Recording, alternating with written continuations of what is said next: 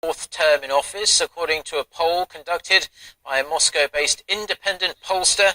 Around 75% of respondents said they would vote for Putin in the elections on March 18th. During a visit to a car factory in Nizhny Novgorod last week, Putin made the widely expected announcement that he would run for president yet again. If Putin extends his rule to 2024, it will make him the longest-serving leader since Stalin, who ruled the Soviet Union for more than 30 years. Now, Gangwon-do Province, the host province of the 2018 Pyeongchang Winter Olympics, has announced the formation of the annual Pyeongchang Forum at the UN headquarters in New York City.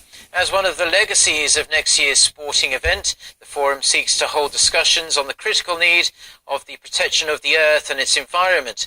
Addressing government officials and NGOs at the UN, Gangwon-do Province Governor Choi Moon-soon said the province has created a sustainable management system to make next year's games a green Olympics.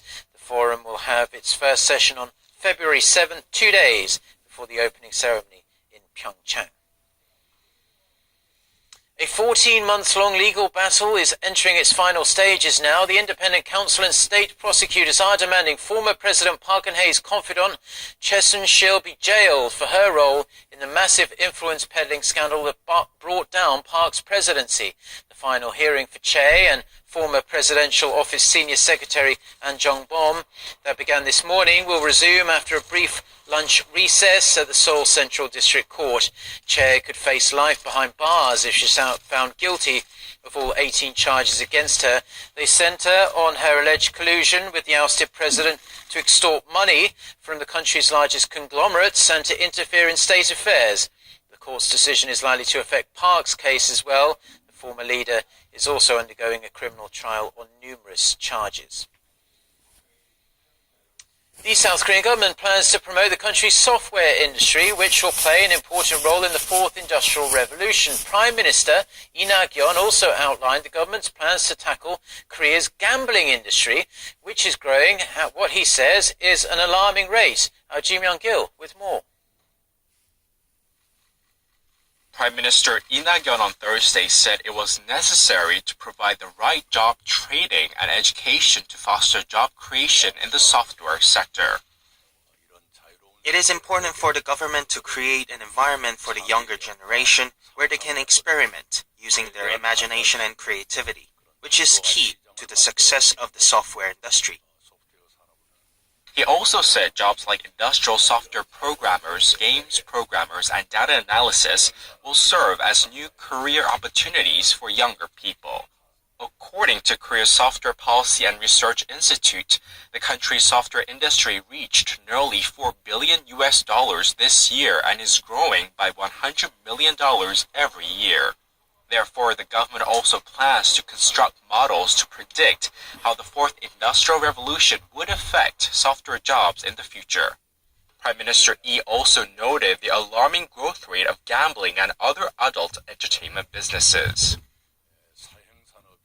Korea's gambling industry is showing signs of overheating. The industry is expanding 6.3% every year.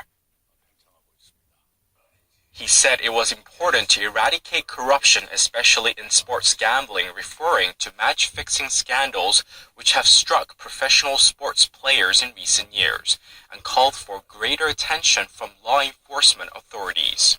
According to the Prime Minister's office, Korea's gambling and lottery industry has grown by more than $18 billion for 2 consecutive years, with gambling addiction reaching over 5%, which is over 2 times higher than the OECD average of around 2%. Therefore, the government plans to strengthen monitoring of casinos, horse racing, traditional bullfighting, and lotteries and promote socially responsible practices. Ji Myung-gil, Arirang News. The global market for OLED screens used in smartphones soared 30% in the third quarter from the same period last year. According to market researcher IHS Markit on Thursday, the market reached $4.7 billion in the July to September period, up 29% from $3.6 billion the previous year. It attributes the jump to a swell in demand for OLED panels used by Samsung, which dominates 98% of the market. The trend is expected to continue due to the possibility of Chinese firms using OLED screens in their upcoming smartphones. Now, as of this year, the number of test takers of TOEIC, the Korean language proficiency test, has surpassed 2 million, thanks to the popularity of Hallyu, or the Korean wave. According to the Seoul-based National Institute for International Education, about 296,000 people took the test at the end of November. That is around 140 times the number of test takers back in 1997, when the test was first created. Over the past 2 decades, the number of has increased rapidly, with more foreigners taking interest in Korean content, such as dramas and music, especially people in Southeast Asia.